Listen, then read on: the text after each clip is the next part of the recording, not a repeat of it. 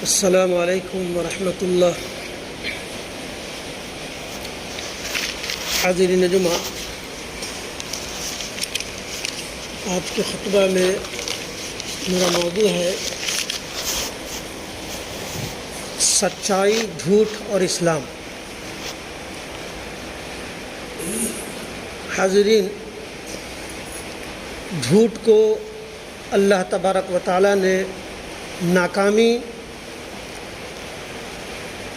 اور سچ کو باعث برکت بتایا ہے، اور جھوٹ ایک ایسی شے ہے جسے 3 بڑے کبیرہ گناہوں میں سے ایک گناہ بتایا ہے، اکبر الکبائر۔ حاضرین، سچائی ایک بہترین خصلت ہے جس سے ایمان اور اسلام کی تکمیل ہوتی ہے، کیونکہ اللہ تعالیٰ نے اس کا حکم دیا ہے، اور اس سے متصف ہونے والوں کی تعریف اللہ تبارک و تعالیٰ نے فرمائی ہے، اور جو اس خصلت سے متصف ہوتا ہے اسی کے لیے نجات اور کامیابی ہے، اور اسی کے لیے ابدی کامیابی اور ابدی نجات جنت ہے۔ اور جھوٹ، اس کے برعکس جھوٹ ایک بڑی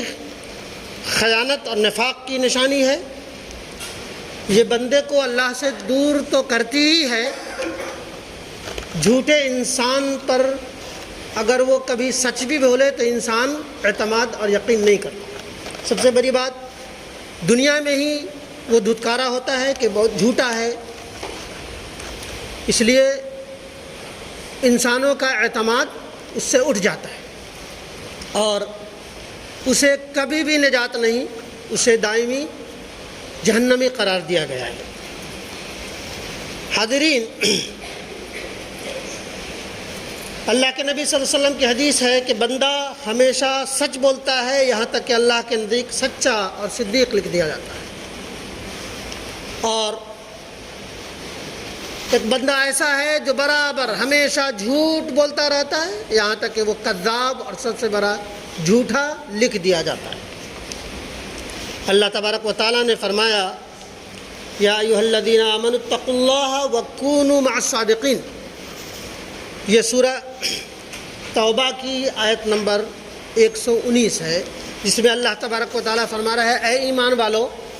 یعنی اے لوگوں جو ایمان لائے ہو، اللہ سے ڈرو اور سچوں کے ساتھی بن جاؤ۔ اے ایمان والو، اللہ سے ڈرو اور سچوں کے ساتھی بن جاؤ۔ ایسا نہیں کہ سماج میں جو سب سے چھٹایا ہے، کرمنل ہے، جھوٹا اور مکار، فریبی اور دغاباز ہے، خواہ وہ پولیٹیشین ہو، اس کے ساتھ تو تم ساتھی بن کے رہو، لیکن جو سچا ہے، اللہ سے ڈرنے والا ہے، متقی ہے، اس سے تم دشمنی گاٹھے رکھو اور اس میں اس کی مزید کمیاں نکالتے پھرو۔ تو اللہ تبارک تعالیٰ نے صراحت کے ساتھ حکم دیا کہ اللہ تعالیٰ سے ڈرو اور سچوں کے ساتھی بن جاؤ۔ پھر دوسری جگہ فرمایا، فَلَوْ صَدَقُوا اللَّهَ لَكَانَ خَيْرًا لَهُمْ۔ یہ سورہ محمد کی آیت نمبر 21 ہے کہ اللہ کے ساتھ سچ رہو اور یہی بڑی کامیابی والے ہو۔ پھر فرمایا، وَمَنْ أَصْدَقُ مِنَ اللَّهِ حَدِيثًا، اور اللہ تعالیٰ سے زیادہ سچ بات والا اور کون ہو سکتا ہے۔ پھر فرمایا، وعد اللہ حقا ومن اصدق من اللہ قیلا۔ یہ سورہ نساء کی آیت نمبر 122 ہے کہ اللہ کا وعدہ جو سراسر سچا ہے، کون ہے جو اپنی بات میں اللہ سے زیادہ سچا ہو۔ یہ اس لیے کیا جا رہا ہے کہ سچائی سب سے بڑی دولت ہے۔ پھر فرمایا، وَإِنَّا لَصَادِقُونَ۔ یہ سورہ انعام کی آیت نمبر 146 ہے، اور ہم یقیناً سچے ہیں۔ یہ بار بار کہا جا رہا ہے، اور بہت ساری صورت میں اللہ کے نبی اللہ تبارک و تعالیٰ نے کبھی عیسیٰ، کبھی موسیٰ، کبھی ابراہیم، کبھی اسماعیل اور تمام انبیاء کی تعریف کر کے فرمایا کہ یقیناً یہی لوگ سچے تھے۔ ان کے سچ کی بہت بار اللہ تبارک و تعالیٰ نے قرآن میں نزول فرمایا ہے۔ سورہ بقرہ آیت نمبر 105 میں آیت نمبر 10 میں فرما رہا ہے، فی قلوبہم مرض فزادہم اللہ مرضا وَلَهُمْ عَذَابٌ عَلِيمٌ بِمَا كَانُوا يَكْذِبُونَ۔ ان کے دلوں میں بیماری تھی، اللہ تعالیٰ نے ان کی بیماری مزید بڑھا دی، اور ان کے جھوٹ کی وجہ سے ان کے لیے دردناک عذاب ہے۔ یہ کفار و مشرکین کی بات کہ وہ انکار کر رہے ہیں قرآن مجید کی، نبی کریم صلی اللہ علیہ وسلم کی، اور ان کے دل میں یہ جھوٹ کی بیماری ہے۔ اللہ تبارک و تعالیٰ ان کی بیماری کو مزید بڑھا دیتا ہے، اور انہی کے جھوٹ کی وجہ سے اللہ کہ ان کے لیے دردناک عذاب ہے۔ والذین کفروا وکذبوا بآیاتنا اولئک اصحاب النار هم فیہا خالدون، یہ سورہ بقرہ کی آیت نمبر 39 ہے۔ فرمایا اور جو انکار کر کے ہماری آیتوں کو جھٹلائے وہ جہنمی ہے اور ہمیشہ اسی میں رہیں گے۔ حاضرین، یہ قرآن مجید کی آیتیں، اور پھر نبی کریم اللہ تبارک و تعالیٰ نے سورہ احزاب کی آیت نمبر 35 میں فرمایا، جہاں ان المسلمین والمسلمات والصادقین والصادقات والقانتین والقانتات کے ساتھ ایک لفظ فرمایا والصادقین والصادقات، کہ سچے لوگ، سچے مرد اور سچی عورتیں، انہی کے لیے وسیع مغفرت اور بڑا ثواب ہے۔ سچے لوگوں پہ ہی اللہ کا اجر اور بڑا ثواب ہے اور مغفرت ہے۔ حاضرین، نبی کریم صلی اللہ علیہ وسلم کی حدیث ہے، متفق علیہ حدیث ہے، بخاری اور مسلم دونوں میں ہے، عبداللہ بن مسعود راوی ہے، ان الصدق یہدی الی البر وان البر یہدی الی الجنہ وان الرجل لیصدق فی یکتب حتى يكتب عند الله صديقا وإن الكذب يهدي إلى الفجور وإن الفجور يهدي إلى النار وإن الرجل ليكذب فيه حتى يكتب عند الله كذابا۔ یہ متفق علیہ حدیث ہے۔ حضرت ابن مسعود سے روایت ہے کہ نبی کریم صلی اللہ علیہ وسلم نے فرمایا، یقیناً سچائی نیکی کی طرف رہنمائی کرتی ہے اور نیکی جنت کی طرف لے جانے والی ہے۔ آدمی سچ بولتا رہتا ہے یہاں تک کہ اللہ تبارک و تعالیٰ اسے بہت سچا لکھ دیتا ہے، اور جھوٹ نافرمانی کی طرف رہنمائی کرتا ہے اور نافرمانی جہنم کی طرف لے جاتی ہے، اور آدمی یقیناً جھوٹ بولتا رہتا ہے یہاں تک کہ اللہ تبارک و تعالیٰ اسے کذاب اور سب سے بڑا جھوٹا لکھ دیتا ہے۔ حاضرین، اللہ کے نبی صلی اللہ علیہ وسلم، یہ بھی متفق علیہ حدیث ہے، فرمایا، صحیح مسلم اور صحیح بخاری دونوں میں ہے کہ آیت المنافق ثلاث اذا حدث کذب واذا وعد اخلف واذا اؤتمن خان، کہ منافق کی 3 نشانیاں ہیں، بات کہے تو جھوٹ بولے۔ منافق جھوٹے انسان کو منافق نفاق کی بات سمجھتے ہیں۔ اللہ تبارک و تعالیٰ نے انہیں اسفل السافلین، یہ مشرکین اور کافر سے بھی بالکل جہنم کے نچلے درجے میں ہوں گے، ان کے ساتھ اس کا تذکرہ فرمایا ہے کہ آیت المنافق ثلاث اذا حدث کذب واذا وعد اخلف واذا اؤتمن خان، کہ منافق کی 3 نشانیاں ہیں، بات کہے تو جھوٹ بولے، وعدہ کرے تو خلاف کرے، یعنی ایگریمنٹ کرے تو ایگریمنٹ توڑ دے، اور امانت رکھی جائے تو خیانت کرے۔ وہ امانت کا چھوٹی ہو بڑی ہو، قوم کی امانت ہو، فرد کی امانت ہو، والدین ہیں، باپ بچے بھی آپ کی امانت ہے، ان کی اچھی تربیت نہ کرنا بھی خیانت ہے۔ قوم کی امانت یہ ہے کہ قوم جو آپ سے امیدیں لگائے بیٹھی ہے اس کے مطابق کام نہ کرنا، یہ بھی خیانت ہے۔ اللہ تبارک و تعالیٰ نے نفاق کے ساتھ وہ کیا ہے۔ اور اس کے علاوہ نبی کریم صلی اللہ علیہ وسلم نے، حضرت ابو بکر صدیق رضی اللہ عنہ راوی ہے، وہ بیان کرتے ہیں کہ میں اور تمام بہت سارے صحابہ نبی کریم صلی اللہ علیہ وسلم کے ساتھ بیٹھے تھے۔ نبی کریم صلی اللہ علیہ وسلم اچانک تکیہ سے لگائے ہوئے اور بیٹیک سے ہٹ کر کے فرمایا کہ کیا میں 3 بڑے گناہوں کا تذکرہ نہ کر دوں، نہ بتا دوں؟ صحابہ کرام نے کہا کیوں نہیں یا نبی کریم صلی اللہ علیہ وسلم۔ آپ صلی اللہ علیہ وسلم نے فرمایا اشرک باللہ وعقوق الوالدین وقتل النفس وقول الزور۔ یہ بھی صحیح مسلم کی روایت ہے کہ اللہ تبارک و تعالیٰ کے ساتھ شرک کرنا۔ 3 بڑے گناہوں کا تذکرہ کیا، نبی کریم صلی اللہ علیہ وسلم اس کو بار بار دہرایا، حتیٰ کہ چند صحابہ یہ ہو کہ اللہ کے نبی صلی اللہ علیہ وسلم خاموش ہو جاتے، چپ ہو جاتے۔ اللہ کے نبی صلی اللہ علیہ وسلم بہت زیادہ پریشانی میں یہ باتیں بتا رہے ہیں، کاش کہ آپ وہ ہو جاتے تاکہ ہمیں بھی تسکین ملتی۔ نبی کریم صلی اللہ علیہ وسلم کی پریشانی کو دیکھ کے صحابہ کرام پریشان ہو جاتے تھے۔ انہی میں سے ایک تھا کہ نبی کریم صلی اللہ علیہ وسلم ٹیک لگائے تھے، اٹھ گئے، بار بار دہرا رہے الشرک باللہ وعقوق الوالدین وقتل النفس وقول الزور۔ نبی کریم صلی اللہ علیہ وسلم نے فرمایا کہ اللہ تبارک و تعالیٰ کے ساتھ کسی کو شریک اور ساجی ٹھہرانا یہ سب سے بڑا جھوٹ، سب سے بڑا گناہ، کبیرہ گناہوں میں سے سب سے بڑا گناہ اللہ تبارک و تعالیٰ نے سورہ نساء آیت نمبر 48 میں فرمایا ان اللہ لا یغفر ان یشرک بہ ویغفر ما دون ذلک لمن یشاء ومن یشرک باللہ فقد ضل ضلالا بعیدا۔ یہ سورہ نساء کی آیت نمبر 48 ہے۔ اللہ تبارک و تعالیٰ نے فرمایا کہ اللہ تبارک و تعالیٰ شرک کے علاوہ،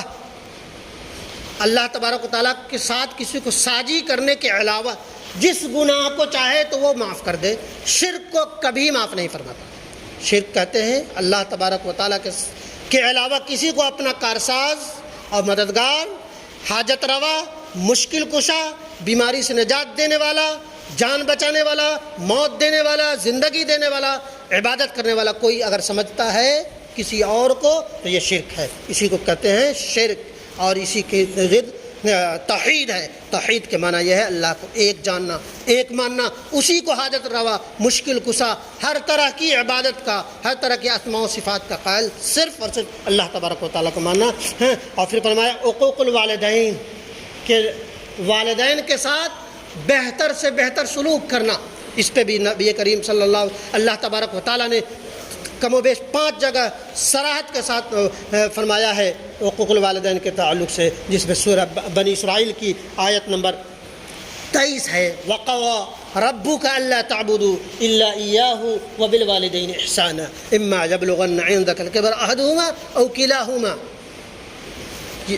اُفٍّ لَكُمْ وَلَا تَنْهَرْهُمَا وَقَوْلْهُمَا قَوْلًا كَرِيمًا، کہ فرمایا کہ اللہ تبارک و تعالیٰ تم کو حکم دے چکا ہے،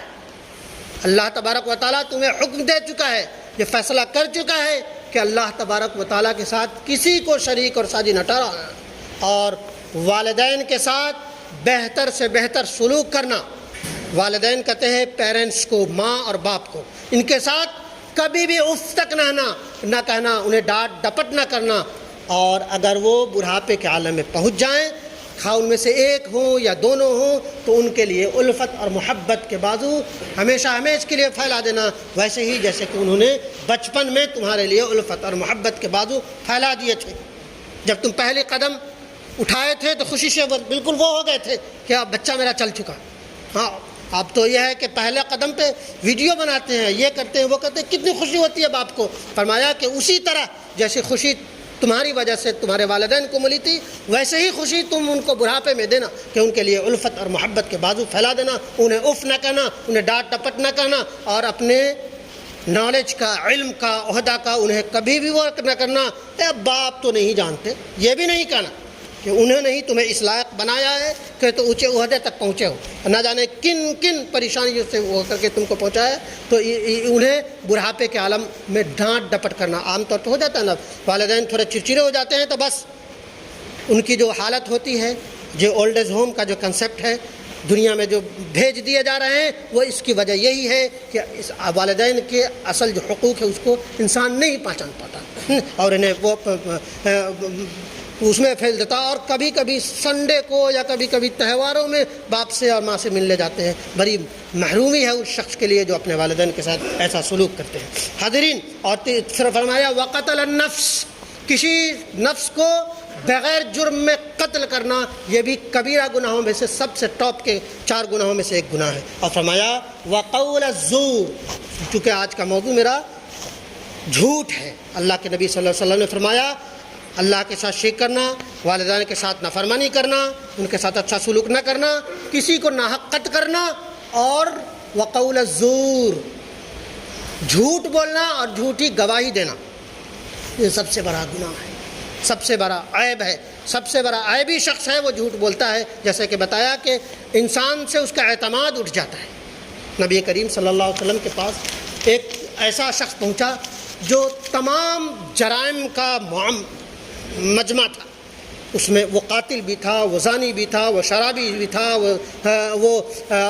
اور ہر طرح کے اور جھوٹا بھی تھا۔ نبی کریم صلی اللہ علیہ وسلم کے پاس آیا، بیٹھا دو زانو ہو کر، فرمایا اے نبی کریم صلی اللہ علیہ وسلم میں ہر عیب کا بھرا ہوا ہوں، میں زانی بھی ہوں، قاتل بھی ہوں، ظالم بھی ہوں، قتل نفس بھی کیا ہے، ہر طرح کا، اور جھوٹا بھی ہوں، ہمیں کوئی ایک نصیحت فرما دیجئے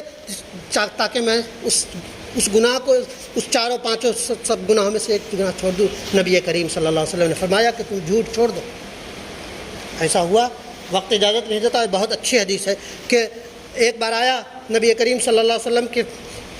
کی صحبت میں بیٹھا، نبی کریم صلی اللہ علیہ وسلم نے فرمایا کیا تو نے جھوٹ بولا، کیا تو نے زنا کی، کیا تو نے شراب پیا؟ وہ خاموش رہا، جھوٹ بولا، اس پہ کہا خاموش رہا، پھر چلا گیا۔ چونکہ جھوٹ بولنے کا وہ کیا تھا، نبی کریم صلی اللہ علیہ وسلم کو اللہ تبارک و تعالیٰ وحی کا ذریعہ بتا دیتا کہ یہ جھوٹا ہے، مکار ہے، آپ سے جھوٹی وہ بات کر رہا ہے، وہ چلا جاتا ہے۔ اگلی بار آتا ہے قتل چھوڑ دیتا ہے، دوسری بار آتا ہے